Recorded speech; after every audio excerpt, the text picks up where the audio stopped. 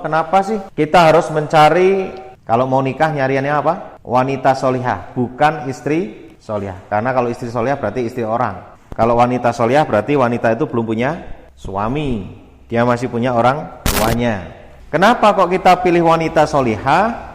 Karena wanita solihah itu disebut oleh Rasulullah SAW sebagai perhiasan dunia yang paling baik. Jadi kalau jenengan termasuk bagian dari wanita solihah, maka sesungguhnya jenengan itu adalah perhiasan dunia yang paling baik. Tidak ada gunanya seorang laki-laki memiliki emas 10 kilo, kebun yang luas, rumah tingkat, kemudian punya mobil yang mewah. Jika istrinya itu enggak solihah, tidak taat kepada suaminya, maka dia tidak akan menjadi perhiasan. Mungkin orang ini biasa-biasa saja, memiliki harta yang tidak banyak, ya boleh dikategorikan miskin, ya. Pekerjaannya juga serabutan, tapi dia punya istri yang taat kepada suaminya, dipandang menyenangkan. Itu membuat hatinya itu tentram gitu. Sehingga sampai Rasul bersabda, ad-dunya mata' wa khairu mata'iha al-mar'atus sholihah. Dari Abdullah bin Amr bin As radhiyallahu an, sesungguhnya Rasulullah SAW bersabda, dunia adalah perhiasan, sebaik-baik perhiasan adalah wanita solihah. Ini yang menjadi catatan bagi kita semua, bahwa kunci daripada ketentraman itu ya wanita solihah.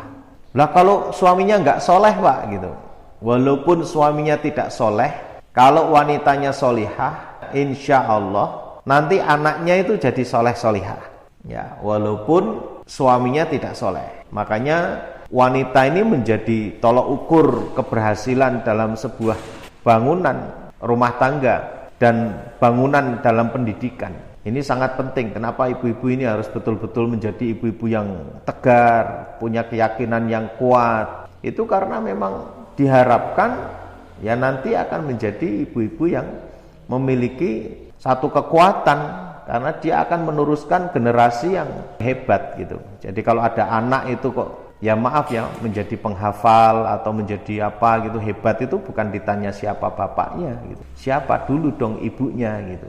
Jadi memang ibu ini adalah satu tempat pendidikan yang cukup gitu.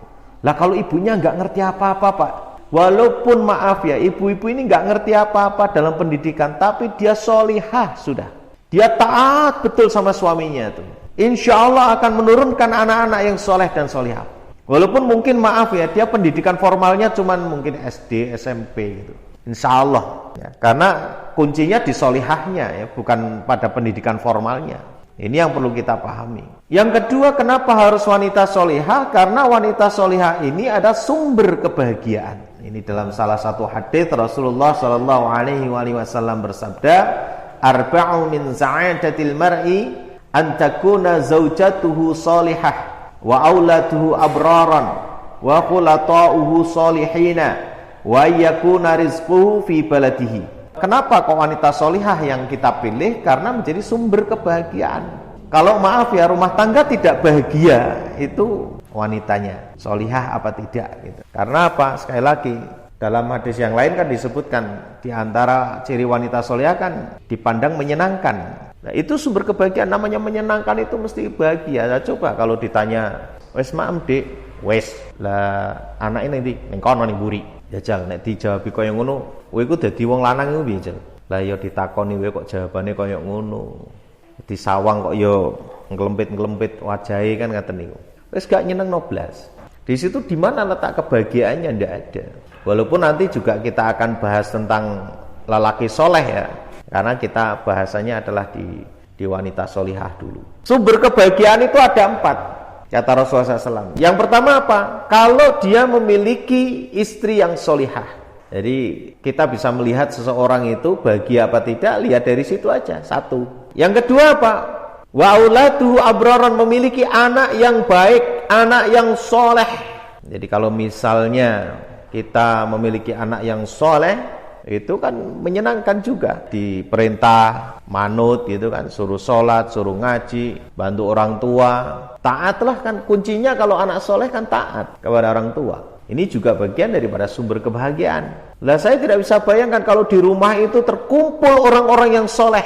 ya, suaminya soleh, istrinya solihah, anaknya abror, gitu ya, baik gitu. Kemudian apa yang ketiga? Wa khulata'uhu solihina, yaitu bergaul dengan orang-orang yang soleh.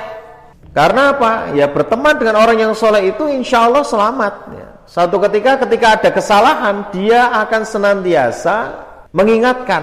Ini hebatnya kalau kita berteman dengan orang yang soleh.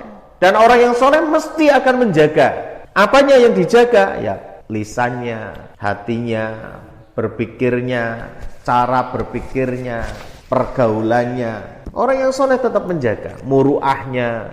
Jadi kalau kita bergaulnya, walaupun orangnya soleh, bergaulnya bukan dengan orang soleh, itu nggak nyenangkan.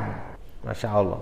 Dan yang keempat apa? Wa ayyakuna rizquhu fi baladihi, memiliki sumber ma'isyah, sumber kehidupan, pekerjaan di negerinya sendiri. Kalau bahasa saya menyebutkan di negerinya sendiri itu ya berarti misalnya di Kendal gitu ya, ya di Kendal nyarinya, nggak kemana-mana, nggak jauh-jauh gitu. Kalaulah keluar ya keluar kota misalnya, ya dia pulang, jadi tidak lama gitu kan. Ada orang kerja itu kan lama ya, sampai 2 tahun baru pulang, 6 bulan baru pulang. Ini kan ibaratnya apa ya, itu merupakan salah satu yang bisa memicu kertaan ya. Hampir rata-rata, maaf ya, orang yang jauh dari pasangan itu memang sangat menyedihkan menurut saya ya. Di situ tidak akan ada gambaran kebahagiaan ya, nggak akan ada. Walaupun ada alat komunikasi namanya telepon ya, mungkin V-call atau apa itu, tapi menurut saya kurang sempurna lah ya.